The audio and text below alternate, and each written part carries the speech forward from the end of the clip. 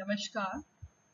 उच्च शिक्षा विभाग मध्य प्रदेश शासन की ओर से e content for post graduate classes में MSc chemistry previous first semester paper fourth group theory and spectroscopy में आज मैं इंट्रोडक्शन टू आईआर स्पेक्ट्रोस्कोपी लेकर आपके सामने प्रस्तुत हुई हूँ। Myself, Dr. Shalini Saxena, Professor Chemistry, Government MLB PG Girls College, Bhopal.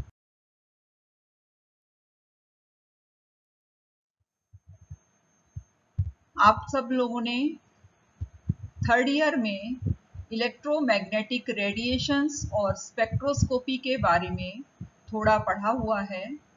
तो आपको इलेक्ट्रोमैग्नेटिक रेडिएशंस क्या होते हैं और इलेक्ट्रोमैग्नेटिक रेडिएशंस का मैटर से इंटरैक्शन किस प्रकार से हो सकता है, ये आपने पढ़ा हुआ है। आज हम आईआर स्पेक्ट्रोस्कोपी के बारे में जानेंगे। इसमें किस तरह से मैटर के साथ इंटरैक्शन होता है इलेक्ट्रोमैग्नेटिक रेडिएशंस का, आईआर रेंज की रेडिएशंस का। फिर इसमें हम पढ़ेंगे कि आईआर स्पेक्ट्रोस्कोपी के लिए क्या क्या conditions, what are the conditions required for IR spectroscopy। और IR स्पेक्ट्रोस्कोपी में IR रेंज की रेडिएशन एब्जॉर्ब करने के बाद मैटर या जो भी मॉलिक्यूल्स हैं सैंपल के, उसमें किस प्रकार का चेंज हम देखते हैं या ऑब्जर्व करते हैं, ये हम पढ़ेंगे।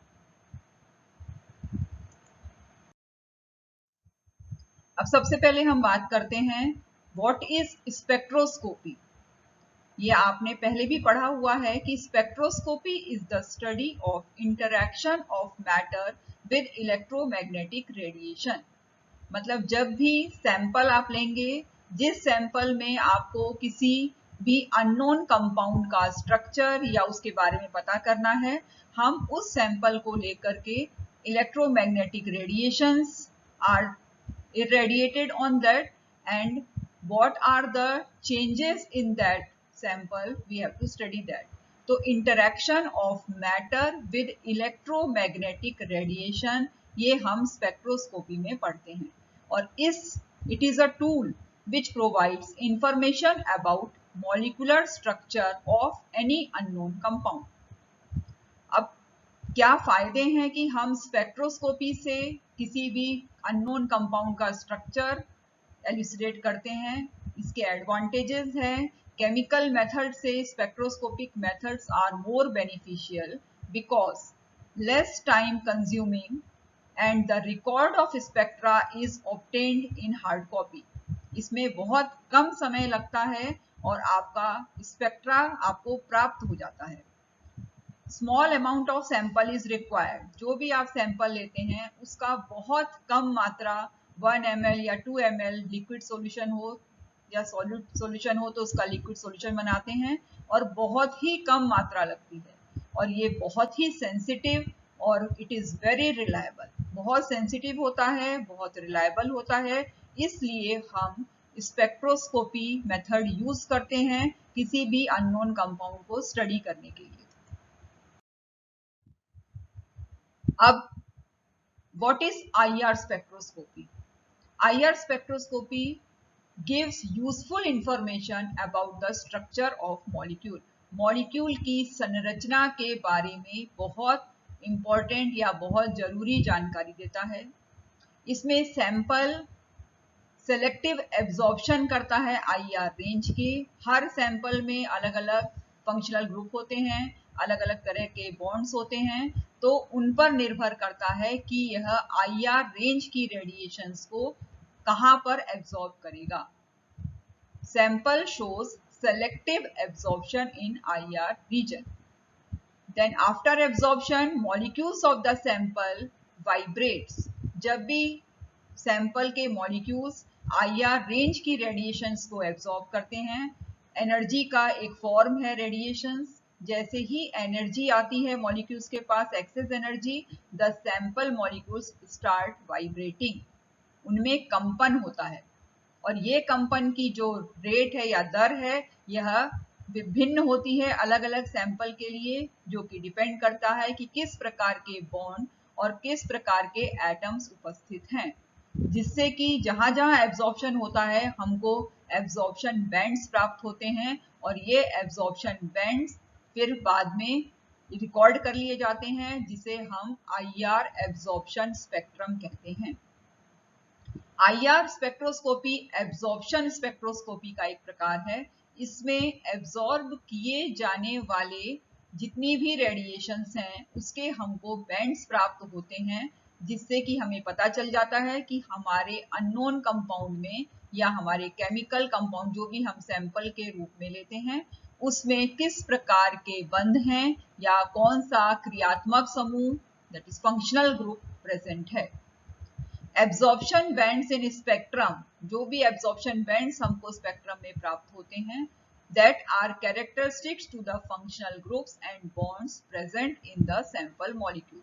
जो भी हमें बैंड्स प्राप्त होते हैं आईआर स्पेक्ट्रम में, वो निर्भर करते हैं कि हमारे अननोन कंपाउंड में कौन सा फंक्शनल ग्रुप या कौन से बॉन्ड्स प्रेजेंट हैं। इसलिए आईआर स्पेक्ट्रम किसी भी कंपाउंड का, उसे हम उसका फिंगरप्रिंट कहते हैं। जैसे हम ह्यूमंस में फिंगरप्रिंट हर पर्सन टू पर्सन डिफर करता है, सबका अलग होता है, इसी प्रकार से एक प्रकार का कोई कंपाउंड है या कोई एक पर्टिकुलर कंपाउंड है, उसका आईआर स्पेक्ट्रम दूसरे कंपाउंड से हमेशा भिन्न होता है, डिफरेंट होता है। इसलिए IR spectrum of a compound is known as fingerprint for its identification. इससे हम उस पदार्थ की पहचान बहुत आसानी से कर सकते हैं। अब क्या क्या कंडीशंस चाहिए हमको किसी भी सैंपल की आईआर स्पेक्ट्रोस्कोपी करवाने से पहले? What are the requirements and conditions for IR spectroscopy? First condition is the radiation of correct wavelength, that is IR range is required. मतलब आईआर रेंज की radiations are required for IR spectroscopy or to bring about the vibrations in the sample molecule. Second point है, sample molecule must possess permanent dipole moment. Permanent dipole moment होना चाहिए किसी भी द्विध्रुव आघूर्ण। द्विध्रुव का मतलब या डाइपोल का मतलब आप लोगों ने छोटी क्लासेस में पढ़ा होगा, जैसा कि फॉर एग्जांपल HCl मॉलिक्यूल होता है। HCl मॉलिक्यूल में क्लोरीन जो है, क्लोराइड आयन, वो काफी इलेक्ट्रोनेगेटिव होता है, तो जो बॉन्ड पेयर है वो क्लोरीन की तरफ सरक जाता है, जिससे क्लोरीन के ऊपर हल्का सा ऋण आवेश और हाइड्रोजन के ऊपर हल्का सा धन आवेश आ जाता है।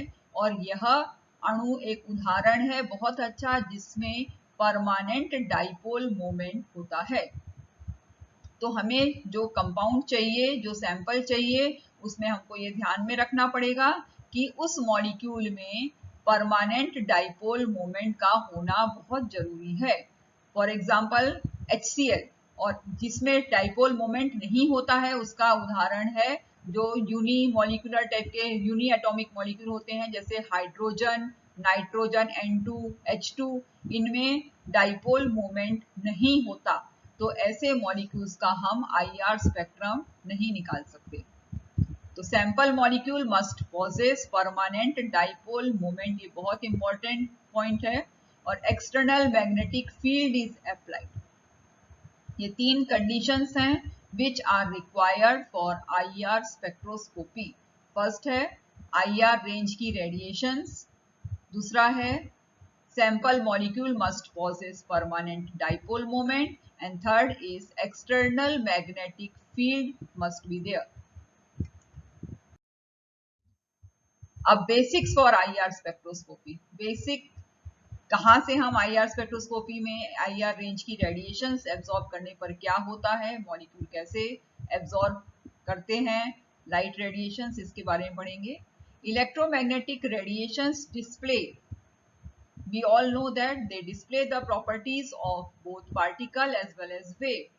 In the form of particle, the electromagnetic radiation is in the form of photon or one quanta of light, and one quanta of light is associated with E energy that is equal to h nu, where h is Planck's constant and nu is the frequency of radiation.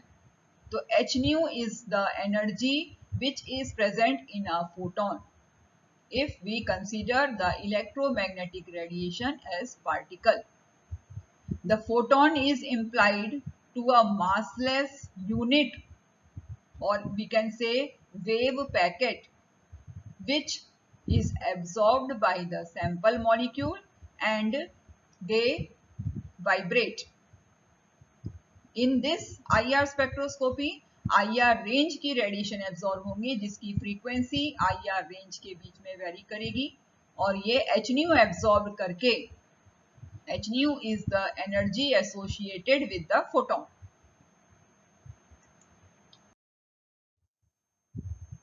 And nu, this also you must have studied or seen before, that nu is the frequency of radiation which is equal to c upon lambda, and E is equal to h nu.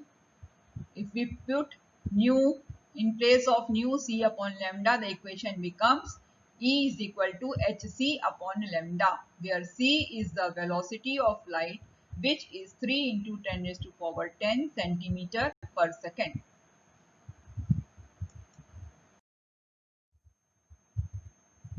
Then the amplitude describes the wave height और the strength of oscillation. जब इस range की radiation absorb करता है molecule, तो उसमें जो oscillation होता है उसकी जो वेव की हाइट है, आपने वेव देखी होंगी, वेव की हाइट होती है, जो वेव हाइट डिपेंड करता है कितनी स्ट्रेंथ है ऑसिलेशन की, कितने रेंज की रेडिएशन उसने एब्जॉर्ब करी. Because the atomic particles in matter, there are atoms in matter, they exhibit wave and particle properties. The electromagnetic radiation interact with matter in two ways. Either there is collision, particle to particle collision होता है, energy is lost, which is absorbed in the form of IR ray radiation, and then heat and movement starts occurring. Energy absorb करके, this is the interaction of electromagnetic radiation with the matter. दो तरह से interaction होता है. Either collision is there which is particle to particle collision, in which energy is lost as heat and movement, and other thing is coupling. In coupling, the wave property of the radiation matches with the wave property of the particle and they couple to the next higher vibrational energy level. और इस बीच में जो molecule के atoms हैं वो energy absorb करते हैं and we get a IR absorption band. Coupling means the wave property of the radiation which matches with the wave property of the particle. Coupling occurs and they shift to next higher vibrational energy levels.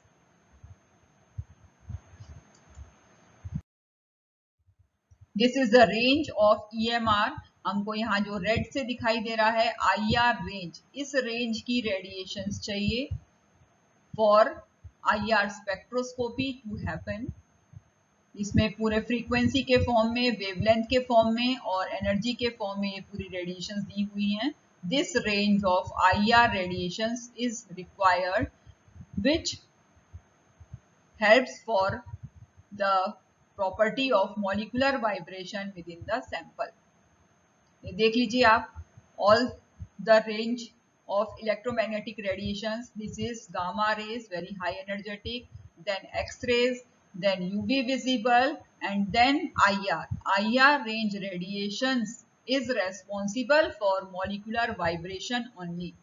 Means the sample molecules absorb IR radiations and their molecules start vibrating. And these microwave and radio wave are less energetic. Microwave spectroscopy is done by microwave range radiation, and by radio waves NMR spectroscopy is done. So we will study only the today we are studying IR spectroscopy. So it is IR range which comes from this point to this point, and they are responsible for molecular vibrations.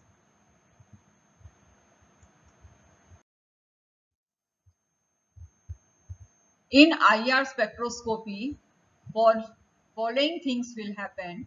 The quantum mechanical energy levels observed in IR spectroscopy are those of molecular vibration. This I have told before कि molecule जो हैं sample के वो IR range की radiations absorb करते हैं और उनमें मॉलिक्यूलर वाइब्रेशंस हम देख पाते हैं।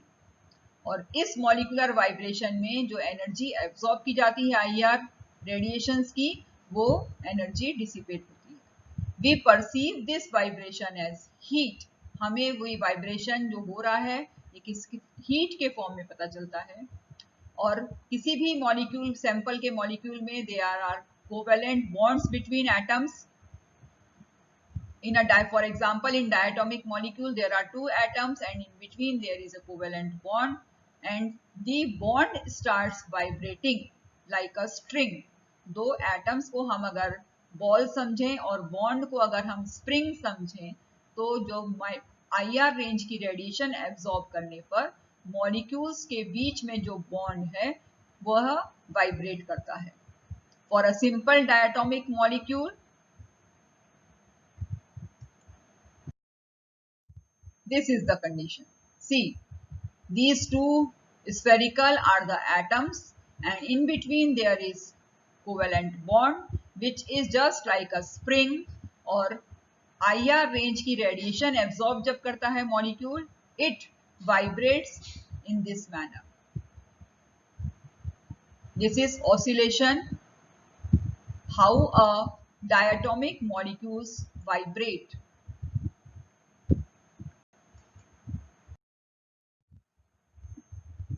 This, by the help of this vibration,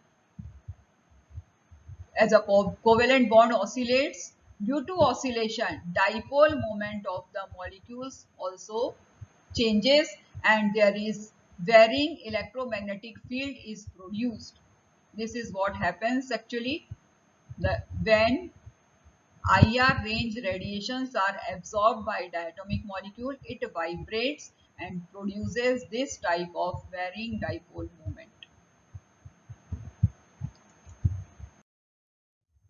The greater the dipole moment change, जितना ज़्यादा मॉलिक्यूल के डाइपोल मोमेंट में एब्जॉर्प्शन या वाइब्रेशन के बाद चेंज होगा, the more intense the electromagnetic field that is generated.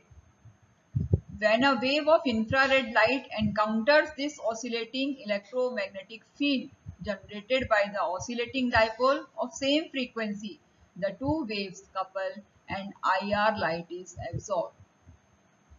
फिर से समझ लीजिए, when a wave of infrared light strikes या interacts with the oscillating electromagnetic field generated by the oscillating dipole of same frequency of the molecule, the two waves, first wave is of the dipole moment of the molecule and the other wave is the IR range या IR radiations.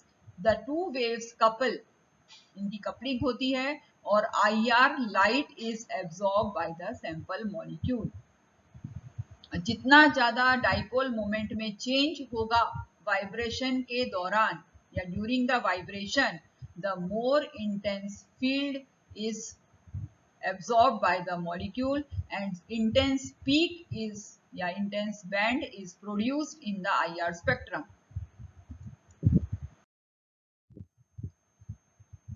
This is all the total vibration, how coupling occurs. See, this is the molecule vibrates after absorption of electromagnetic radiation of IR range, and these IR beam की vibrations waves हैं, ये molecule के waves हैं due to dipole moment, ये दोनों की coupling होती है और यहाँ पर हमको coupled wave मिलता है और molecule IR range की radiations absorb करता है। ये कपलिंग हो रही है, दिस इज कपलिंग। कपलिंग दो चीजों में होती है, IR बीम जो स्पेक्ट्रोमीटर से आया है उसकी वेव्स हैं, और ये waves generated by the molecule on vibration. The molecule must have dipole moment, permanent dipole moment. Then when this molecule vibrates, it produces wave, and these two waves couple, and this type of coupling is done. This coupled wave is produced and IR radiations are absorbed by the sample and we get IR spectrum.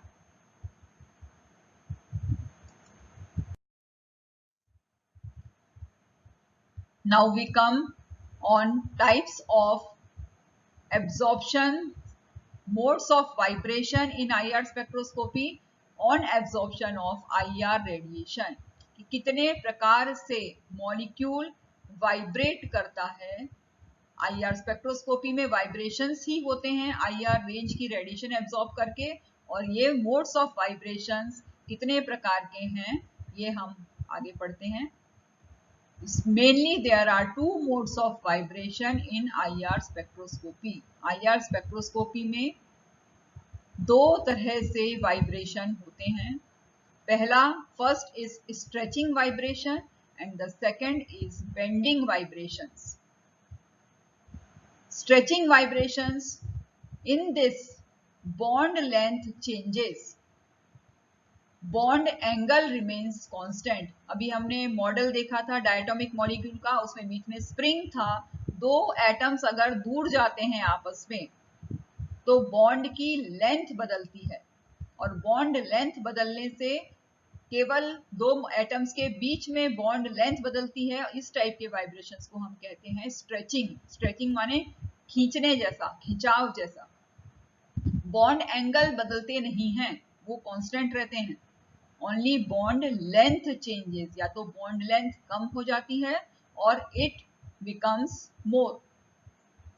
यह भी दो प्रकार के हैं. Stretching vibrations are again of two types, symmetric and asymmetric. This we will study later. Next है second type का है bending vibration. in bending vibration, angle between the bond changes. यहाँ पर दो बॉन्ड के बीच के एंगल बदलते हैं.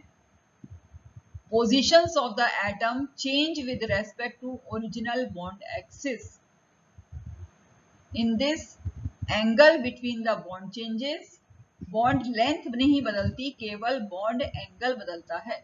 Positions of the atom changes with respect to the original bond axis, and this bending vibrations are also known as deformation.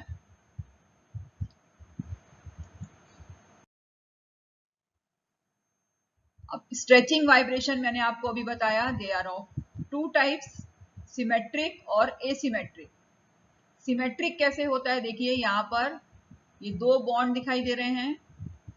There is carbon, CH bond and CH bond, दो CH bond हैं. इन दोनों bond के arrow दिखाई दे रहा है, दोनों बाहर की तरफ खींचे जाते हैं, तो इसे बोलते हैं सिमेट्रिक. दोनों पास आएंगे, बॉन्ड लेंथ कम होगी. दोनों ही बॉन्ड की बॉन्ड लेंथ कम होगी, या दोनों ही बॉन्ड्स की बॉन्ड लेंथ ज्यादा होगी. This is symmetric type of stretching vibration. And the other one, in this देखिए एक arrow is pointing towards carbon and one arrow is pointing away from carbon. Means one bond length is shortening and the other is lengthening. एक लंबी हो रही है bond की length और दूसरे बॉन्ड की लेंथ छोटी होती है, तो इसे हम कहते हैं एसिमेट्रिक. सिमेट्रिक में दोनों बॉन्ड की लेंथ बड़ी ज्यादा होती है या दोनों की ही कम होती है, और इसमें दोनों की जो बॉन्ड लेंथ है वो एक की कम होती है और एक की ज्यादा होती है. Bond length of one bond decreases and that of other increases. These are the stretching vibration, which are again of two types.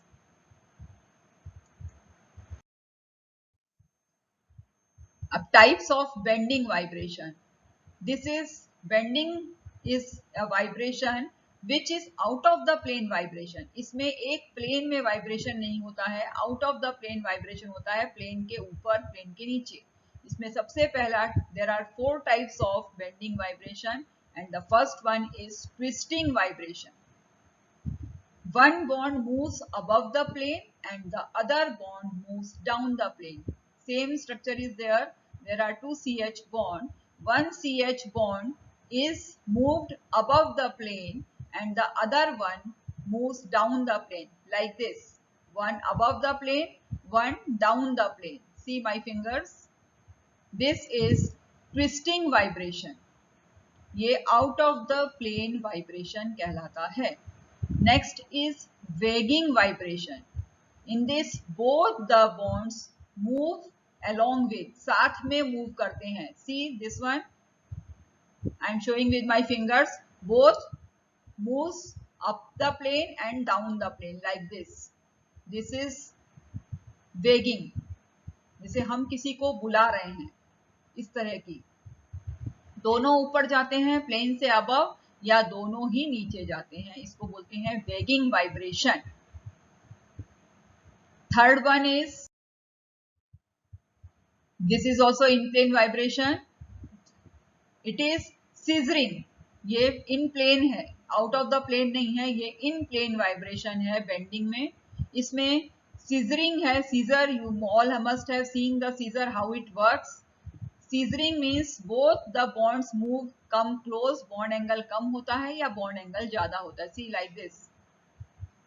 Scissoring you know very well. This is scissoring. Both the HCH bond come close. The arrow is given here and both moves like this. पास आ गए और दोनों दूर चले गए. And last one is the rocking. In this both moves in the same direction. This is also in plane. एक ही plane में है, plane से अलग नहीं हटेंगे, एक ही plane में है. इसको बोलते हैं rocking.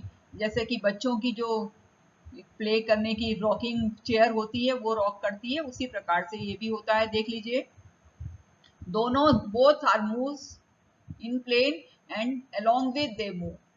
This is rocking. So bending vibrations are of 4 types. First we have studied twisting, vagging, scissoring and rocking. Next, intensity of IR vibration.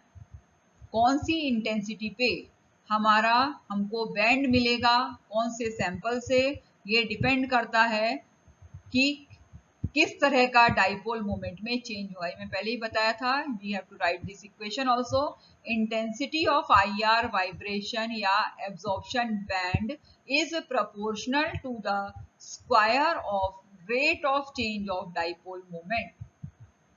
This is the equation. Intensity of IR vibration band, intensity of IR absorption band is directly proportional to change.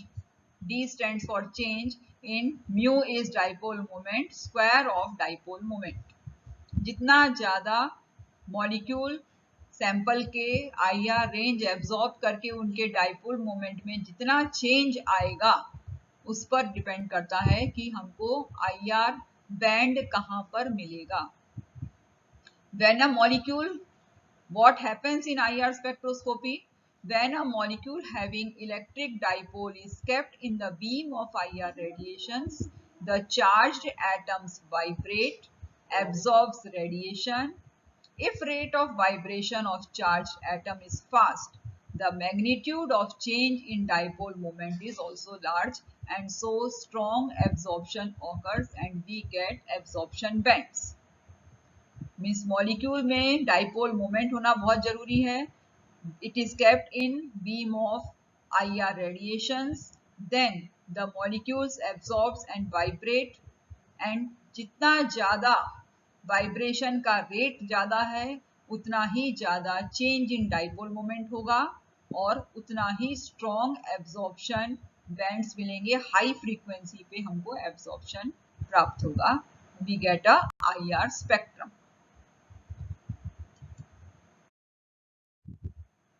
Now there are two modes of vibration. After absorption we get two types of vibration bands.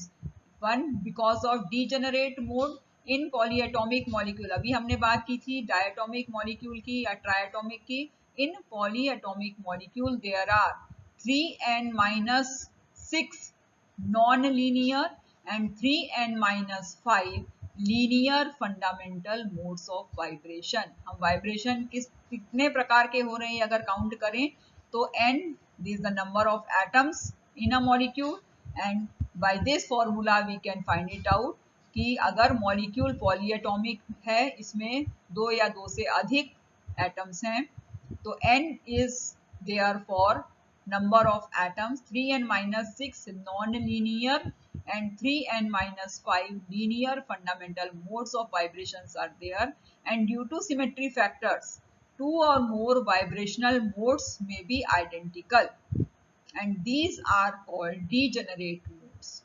इसमें कुछ जो vibrational modes हैं वो same हो जाते हैं, they are of same level and same energy, and these are called degenerate modes, modes with same energy and they absorb at lower frequency, yeah, they are weak absorbers of IR radiation। next होते हैं overtones and combination tones। if observed value of the modes of vibration are more than normal value, जो हम सोच रहे हैं कि इस range पे या इस फ्रीक्वेंसी पे एब्जॉर्ब करेगा लेकिन वो उससे कम या ज़्यादा पर एब्जॉर्ब करे, तो हमें प्राप्त होते हैं ओवरटोन्स एंड कॉम्बिनेशन टोन्स। इसमें मल्टीपल्स और नॉर्मल वैल्यूज को ओवरटोन्स कहते हैं एंड सम और डिफरेंस ऑफ नॉर्मल वैल्यूज को कॉम्बिनेशन टोन्स कहते हैं। ये वीक एब्जॉर्प्शन बैंड्स प्राप्त होते हैं इससे भी हमको, और जो नॉर्मल जो हमको फंडामेंटल मोड से मिलते हैं वाइब्रेशन से जो एब्जॉर्प्शन बैंड्स मिलते हैं दे आर वेरी स्ट्रॉन्ग। आज हमने आईआर स्पेक्ट्रोस्कोपी के बारे में पढ़ा। मैंने आपको सबसे पहले बताया कि आईआर स्पेक्ट्रोस्कोपी क्या होती है, इसमें कौन से रेंज के रेडिएशन से एब्जॉर्ब होती हैं, कंडीशंस ऑफ आईआर स्पेक्ट्रोस्कोपी की आईआर रेंज की रेडिएशंस चाहिए, molecules of the sample must have permanent dipole moment होना चाहिए, और जब ऐसे मॉलिक्यूल आईआर रेंज की रेडिएशन एब्जॉर्ब करते हैं उनमें मॉलिक्यूलर वाइब्रेशंस होते हैं। Molecular vibrations are again of two types, stretching vibration and bending vibration. Stretching vibration में बॉन्ड लेंथ बदलती है, मॉलिक्यूल खींचा जाता है, बॉन्ड लेंथ ज़्यादा होती है या बॉन्ड लेंथ कम होती है, और बेंडिंग वाइब्रेशन में फ्रॉम द नेम इटसेल्फ इसको हम डिफॉर्मेशन भी कहते हैं। इसमें मॉलिक्यूल का जो बॉन्ड एंगल है वो बदलता है, बॉन्ड लेंथ सेम रहती है। और इन दोनों में stretching vibration, it is more energy is required for stretching than for bending. And then हमने मॉलिक्यूल के जो वाइब्रेशंस जहाँ जहाँ हो रहा है इससे डाइपोल मोमेंट बदलता है, डाइपोल मोमेंट बदलने से we get a particular wave of radiations की वेव से वो कपलिंग होती है, जहाँ पर कपलिंग होती है we get higher range of variations in the waves and वहाँ पर आईआर रेंज की रेडिएशन एब्जॉर्ब हो जाती हैं। आपको इसके बारे में और पढ़ना है तो आप स्पेक्ट्रोस्कोपी, ये बुक्स लिखी हुई हैं, इनमें से किसी से भी आप 2-3 बुक से आप पढ़िएगा तो आपको ज़्यादा अच्छे से इसका इंट्रोडक्शन और ये सब समझ में आ जाएगी कि what is IR spectroscopy. Next lecture में मैं थ्योरी ऑफ आईआर स्पेक्ट्रोस्कोपी से आपको फॉर्म कराऊंगी कि आप समझ जाएं कि आईआर स्पेक्ट्रोस्कोपी क्या है। In that we will consider the diatomic molecule as a harmonic oscillator, उससे थ्योरी बढ़ाएंगे। अब आपने जो पढ़ा है उसके बारे में कुछ क्वेश्चंस हैं, जिस तरह से क्वेश्चंस आपके मल्टीपल चॉइस वाले क्वेश्चन आते हैं। तो first question is there, IR spectroscopy is of which type? IR spectroscopy किस प्रकार की स्पेक्ट्रोस्कोपी है? मेनली दो प्रकार की स्पेक्ट्रोस्कोपी होती हैं, एमिशन और एब्जॉर्प्शन। और आईआर स्पेक्ट्रोस्कोपी एब्जॉर्प्शन टाइप की स्पेक्ट्रोस्कोपी है। इसमें जब कपलिंग होती है तो आईआर रेंज के रेडिएशंस एब्जॉर्ब होते हैं और जिस फ्रीक्वेंसी के रेडिएशन एब्जॉर्ब होते हैं वहां हमको बैंड मिलता है। तो answer for this is the option B, which is absorption spectroscopy.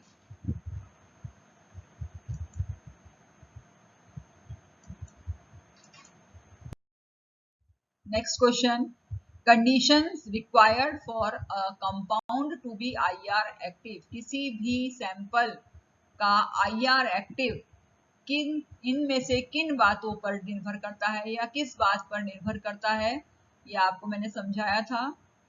In out of these four, a compound if it wants to be IR active, it must possess dipole moment, and that too permanent dipole moment. C option is the correct option. द्विध्रुव आघूर्ण होना चाहिए molecule में, और ऐसे molecule को जब हम IR रेंज की रेडिएशन देते हैं तो उसमें डाइपोल मोमेंट उनका बदलता है, मॉलिक्यूल एनर्जी एब्जॉर्ब करते हैं रेडिएशंस की और डाइपोल मोमेंट अपना चेंज करते हैं। जिस रेट से डाइपोल मोमेंट बदलता है उसी रेंज की फ्रीक्वेंसी वो एब्जॉर्ब करते हैं। The correct option is option C.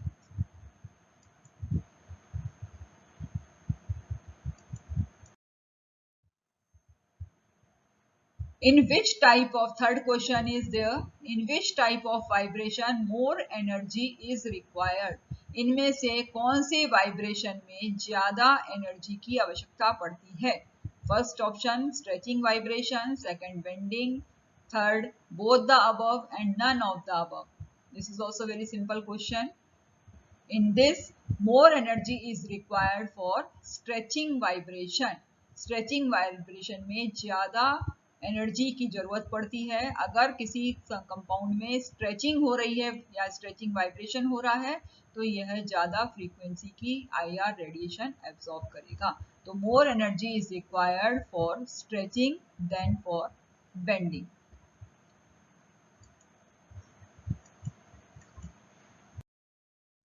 Thank you.